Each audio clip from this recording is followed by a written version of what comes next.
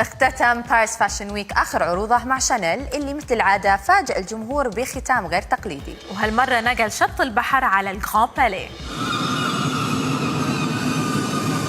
والمودلز مشيوا حافيين وكانوا حاملين الشوز بإيدهم، وعرضوا 82 لوك مستوحين من مؤسسة الدار كوكو شانيل اللي كان البحر انسبريشن دايم لها.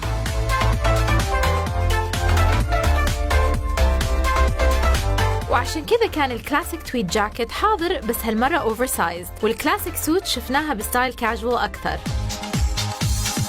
الألوان كانت برايت وأحياناً في ميكس بين التويد وأقمشة ثانية مثل الليس، والتنوع بهالمجموعة واضح من البليزرز للجاكيت والفساتين، بس اللي لفت انتباه الكثيرين هو استخدام اللاجينجز.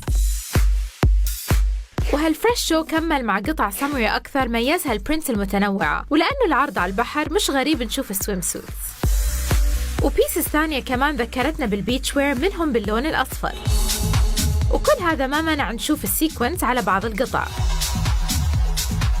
وتغير الرنوي لإفريداي وير وأكيد مع جينز، واللون الأسود سيطر على الإيفنينج وير وشفنا فساتين مع رافلز، سيكونس وغيرهم.